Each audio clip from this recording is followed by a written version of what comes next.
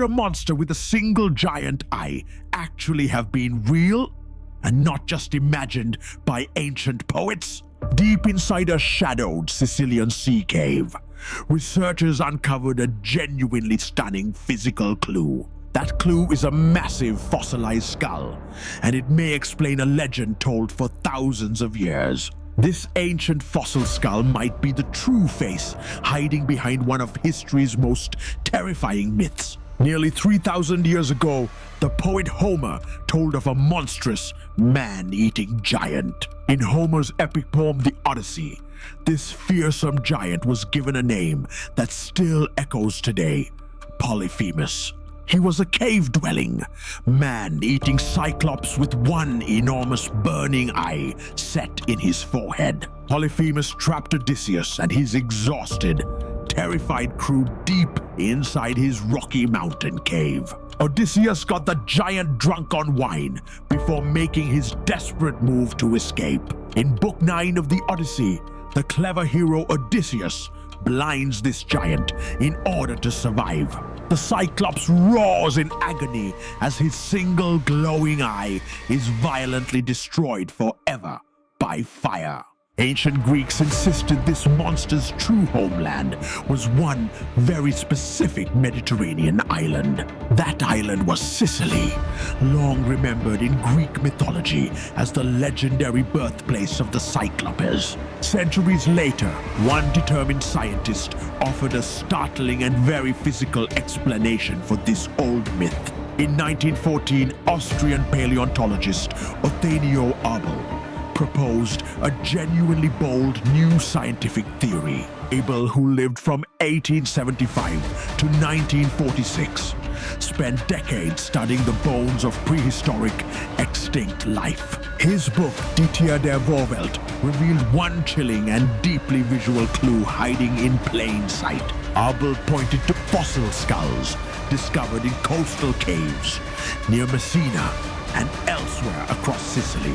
He argued these ancient elephant skulls were easily mistaken by early people for a giant skull.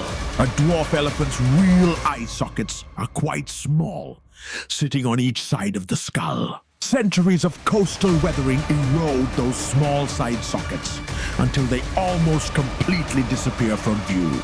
Meanwhile, one huge central cavity comes to dominate the entire eroded, weathered fossil skull. That gaping cavity once held the living elephant's trunk and never held a single giant eye. To ancient eyes exploring dark, echoing coastal caves, it looked exactly like one massive eye socket. These were not ordinary elephants. They had shrunk dramatically through a process called island dwarfism, cut off on isolated Mediterranean islands. Once massive mainland elephants evolved into strange miniature descendants. Two specific dwarf elephant species are now well documented within the Pleistocene fossil record. Palaeoloxodon falconeri and Mammuthus creticus once quietly roamed these very Mediterranean shores and hillsides.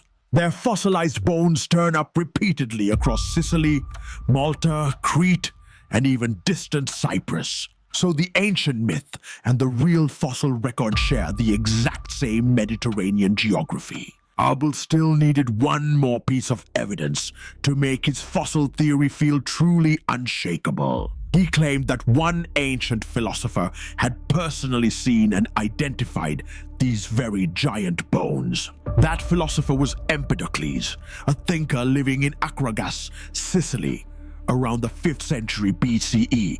For decades, this supposed eyewitness account gave Abel's theory real historical credibility and lasting scholarly weight. Then classicist and historian of science, Adrienne Mayor, decided to check the original ancient sources herself. In her 2000 book, The First Fossil Hunters, published by Princeton University Press, she dug much deeper. Empedocles' surviving philosophical fragments never once mention any giant bones at all. He wrote only about the 4 elements and the mysterious origins of all living things. Abel's supposed eyewitness claim, Mayor eventually concluded, was simply and completely invented from nothing. So did that single fabrication mean the entire fossil theory quietly collapsed as well? Mayor argued the core fossil hypothesis still holds up remarkably well, entirely on its own merits. The dwarf elephant bones themselves are real, genuinely abundant, and located exactly where the myth is set. Mayor's wider research shows ancient Greeks and Romans regularly measured and mythologized large fossil bones they found. This entire field of study connecting fossils to folklore even has its own academic name: Geomythology. Ancient people regularly turned real prehistoric fossil discoveries into elaborate, terrifying monster legends. Still, not every modern scholar remains fully convinced by this specific fossil-based theory. One-eyed giant legends appear independently across many unrelated Indo-European folklore traditions worldwide.